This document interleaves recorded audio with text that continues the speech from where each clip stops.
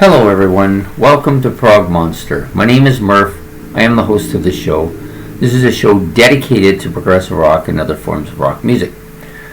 So we're back here on my Wednesday night favorites doing a kind of a top 10. I guess it's not really a top 10, it's more of a 10 list for sure, but it's not a top 10 favorite. So what this is that I did a video not too long ago on 10 bands that basically it was called 10 bands we love but should have been bigger than they were.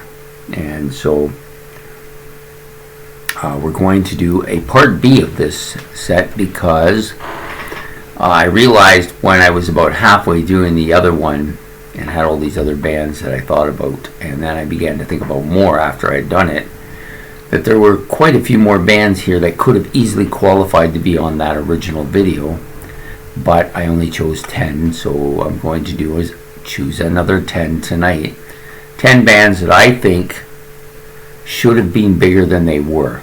Whether that meant that they were going to be a small band to a bigger band, or a big local band to an international band, or a great international band that went to an iconic band, or maybe they were an iconic band already, but for some reason was ignored by the Rock and Roll Hall of Fame.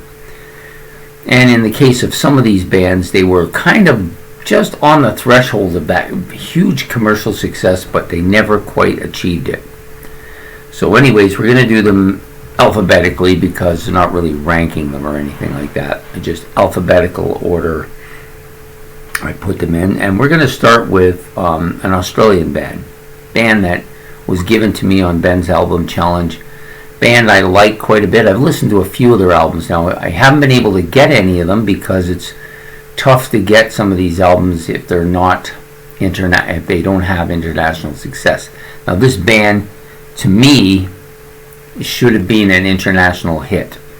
They had all the ingredients to be a major player on the world stage, but for some reason they were only big in their own country, which was Australia, and I think New Zealand as well.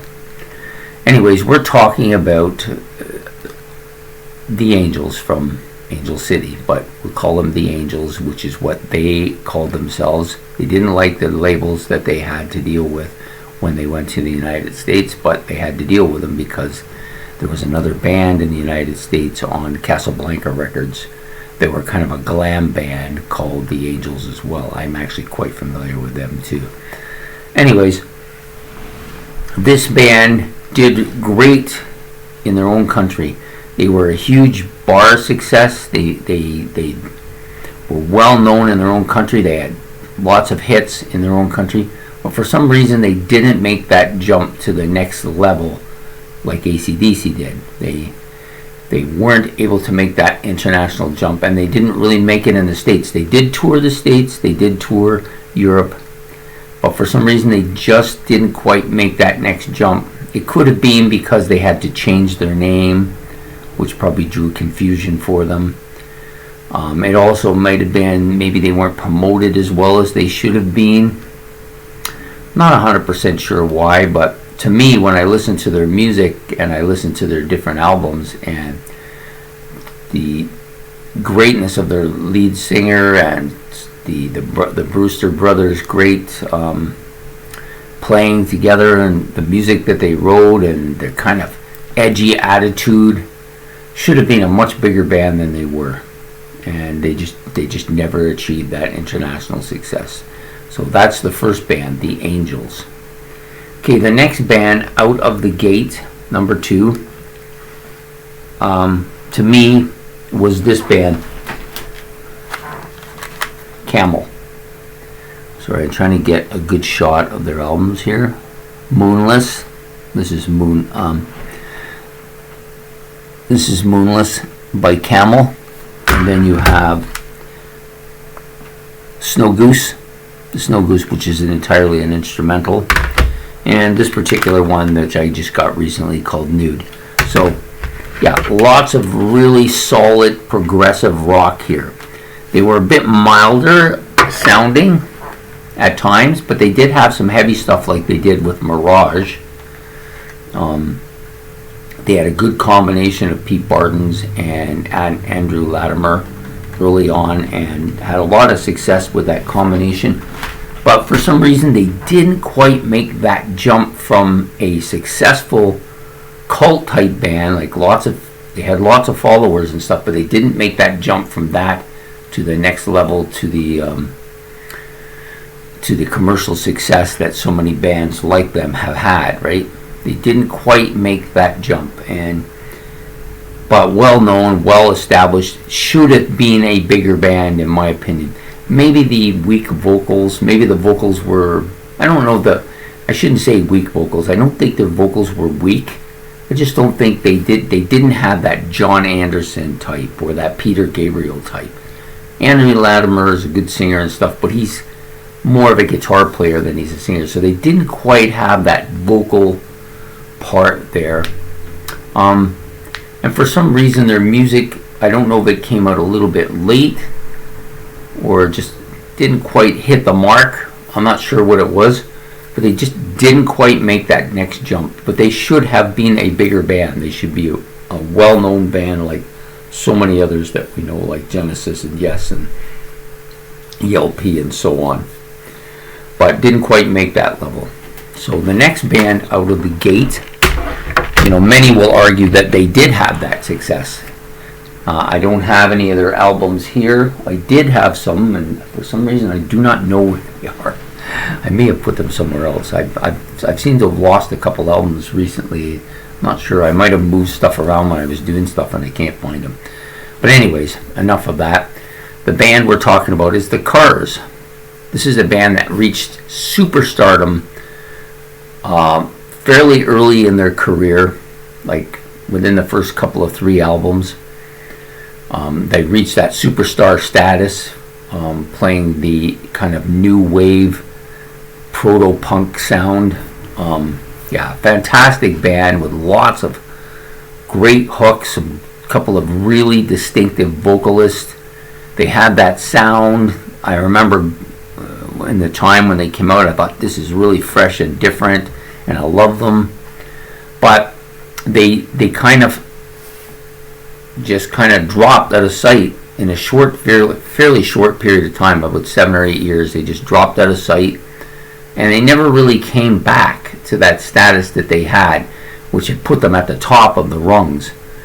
So they never really achieved that iconic status, although they did make the Rock and Roll Hall of Fame, ironically speaking.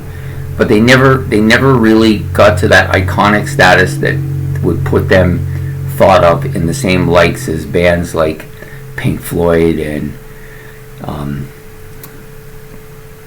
Yes and Genesis and all that. They should have been in that group, and they were not quite there, but they easily could have been. I don't really know why they haven't been able to hold. Maybe it was the more simplicity of their music, but I doubt it, because the Stones' music was very simplistic, but they achieved that status. So I think it's just longevity. It might have been just longevity that kind of put them back a little bit than they should have been. So that's my number 3 band, the Cars. So my number 4 band is going to be a German band, which achieved huge success in Germany, were well known in Europe, and especially in Germany, of course, but they never quite made it in the United States. We're talking about Eloy. Colors album. This is a live album by them. This is Planets. A lot of really attractive album covers, but very spacey kind of rock, very progressive symphonic type rock.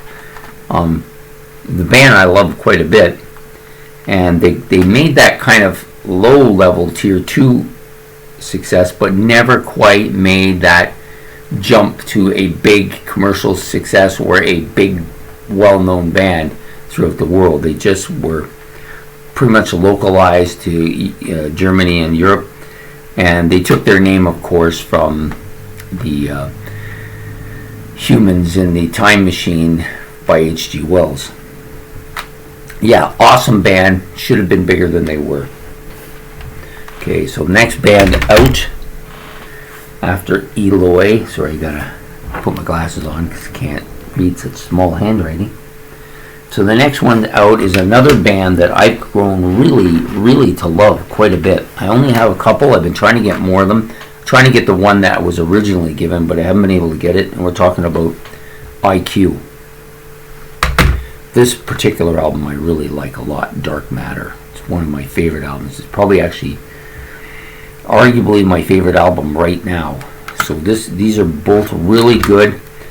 They're part of that neo-progressive rock scene that came out in the 1980s. We call it the second wave of progressive rock, when all of those original bands, ELP, Yes, Genesis, Rush, all those, Camel even, Gentle Giant, all those bands had either disappeared or had changed their style to a more commercial. These bands came out playing this progressive stuff. This band, to me, is the best of that period of bands, even more so than Marillion. And they never had the international success that Marillion had.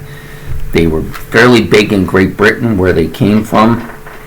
Lots of really good stuff on their music. I think they're better than Marillion myself. That's my own opinion. I like their music more than Marillion. I think it's stronger in a lot of ways. But they just didn't quite make that jump to international success. But they should have. And that's why it's difficult for me to get all the albums, because they just never made it over here. And that's unfortunate, because they should have been a huge band. Okay, so that's IQ. The next band up, we're going to go with, it might seem a little strange to people that we chose this band to be a band that didn't quite do what they should have done. This is Jethro Tull, one of the most iconic rock bands in history, as far as I'm concerned. They get 23 solo studio albums, most of them top of the shelf. This album won Heavy Metal Album of the Year, believe it or not. You've got, this is one of their greatest albums, Minstrels in the Gallery. You've got this with its fantastic sound, and of course the ever well-known Aqualung. So you're trying to say, well, they huge success. What are you talking about? Well, what I'm talking about is this is a band, over 80 million albums sold, should be in the Rock and Roll Hall of Fame, but they're not. And it's been 50 some years. Their first album came out in 68, so it's 55 years that they've been making albums, and not just good albums, but some really great and legendary, well-known, iconic albums that make people's lists all the time, albums that are must-have albums, and they're not in the Rock and Roll Hall of Fame, and they may never get in there, and I don't understand why, So when I'm saying they aren't what they should have been, they should be in the Rock and Roll Hall of Fame. This is my plug for the Rock and Roll Hall of Fame for Jethro Tull.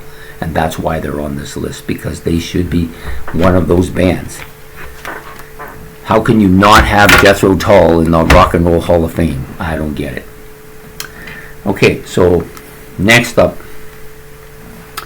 the number, okay, so this would be the seventh band. This is another band that achieves some legendary status.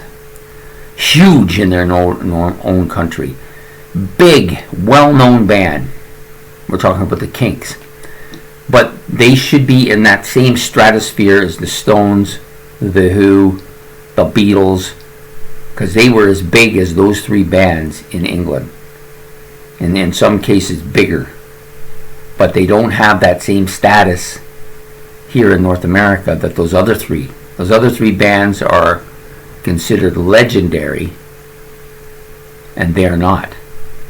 And that's a mistake in my mind. They're just as good as any of those three bands, in some cases better. Well-known band. They were the first ones to write a rock opera. Yeah, based on the character Arthur. But it never reached the status that Tommy did, because they were banned from the United States for 4 years. Right during the height of the British invasion, they never got to play here. And so they never achieved that. Yeah, they're in the Rock and Roll Hall of Fame because they have to be, but they should be, when people talk about the Stones and the Who and the Beatles, they should be part of that conversation because they're just as big as them. Anyways, next band up is this is a band that had a huge breakout album, massive breakout album. They were heard everywhere on every radio station.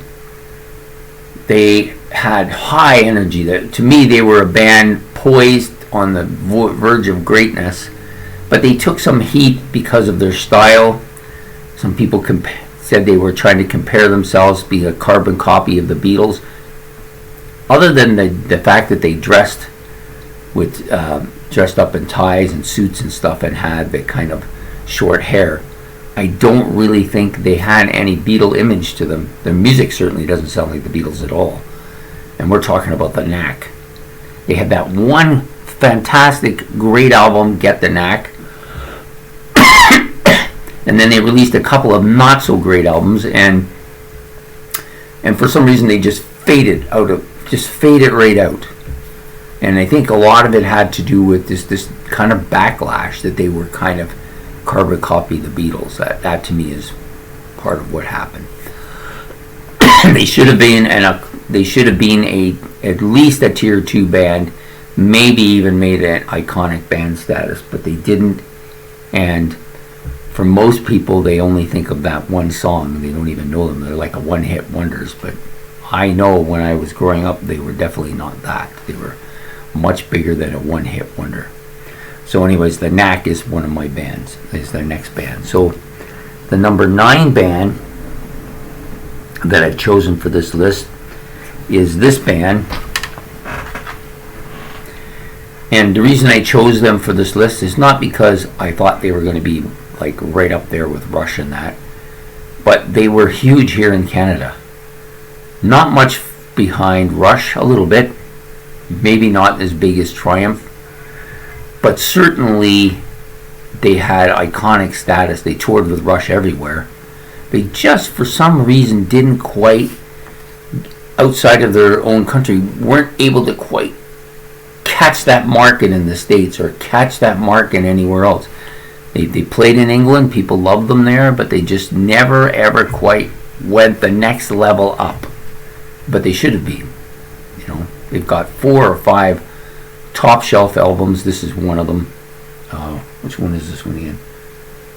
Oh, Million Vacations, of course. Yeah, this is such an iconic album, and so many other albums they have, and really great musicianship. Kim Mitchell's a very underrated guitar player in many ways, I think. Great voice, just a fantastic group with a lot of really fantastic songs, and just never ever quite made that international success, that jump from being a top local Canadian band to the next level. And I think they should have, myself. Okay, who is the last band on this list? Well, this is a band sold 40 million records. Have 25 studio albums. Have a lot of different. They were part of that original hard rock, heavy metal, progressive genres at the beginning. They were part of all of that. They had a lot of really well put together albums. Some of the strongest music in this genre come from these guys. And they're often called they're in that same kind of category as Blue Oyster Cult and Gentle Giant. Yeah, they were big and liked by their fans, but never quite were able to push it to that iconic level, or to that superstar status, or to that Hall of Fame status. And I think they're capable of all three. Whether they can ever actually get into the Hall of Fame, we may never know. This is Uriah Heep's Salisbury, and musicians Why do I always forget the name of this album?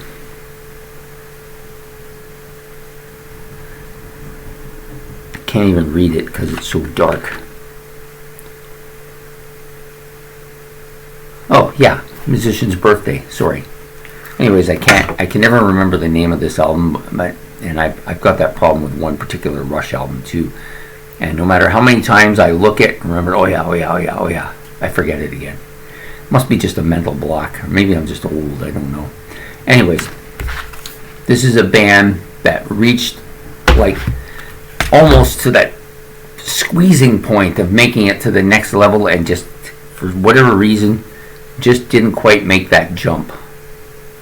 I'm not really sure why.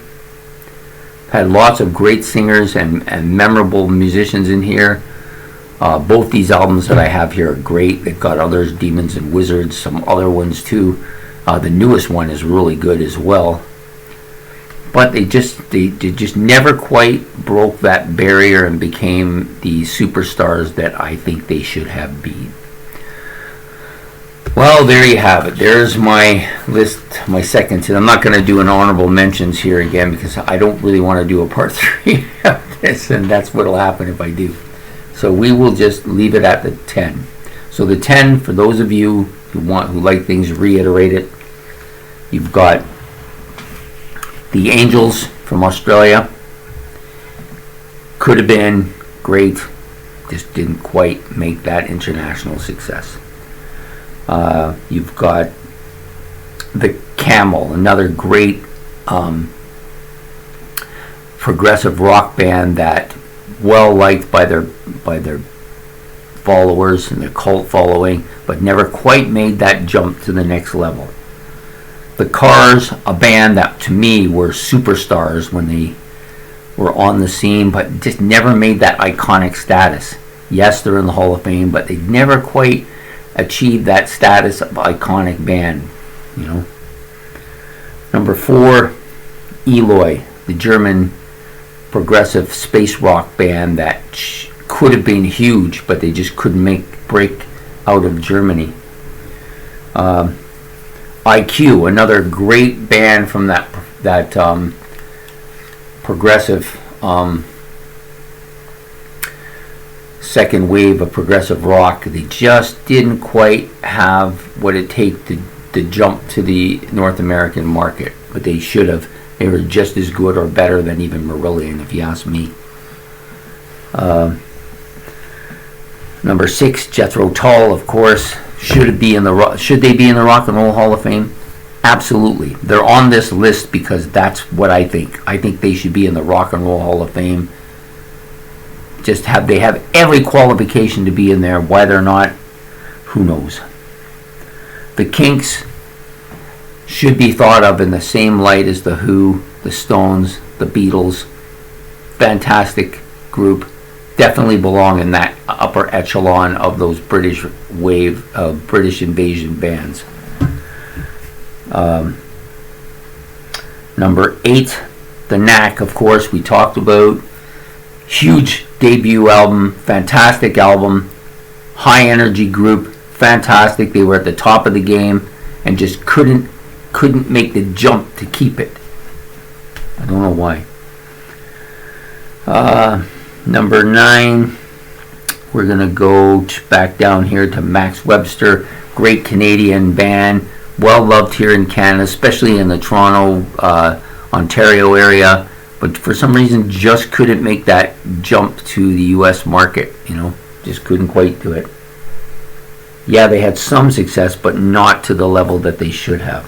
And then, of course, Uriah Heep, who should be mentioned in the same breath as Yes and Genesis and all that. They should be in that, or Deep Purple, Black Sabbath, all these iconic Rock and Roll Hall of Fame superstar bands. They should be in that group, but they're just a little below it. They're like Blue Oyster Cult and Gentle Giant. They just didn't quite make that jump.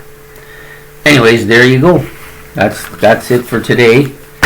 I hope you enjoyed this episode of bands we love but just didn't quite make that next jump.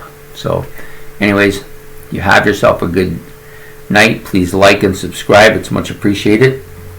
This video will come out a little bit late, but it'll be out there. So I hope you have a good evening. Take care.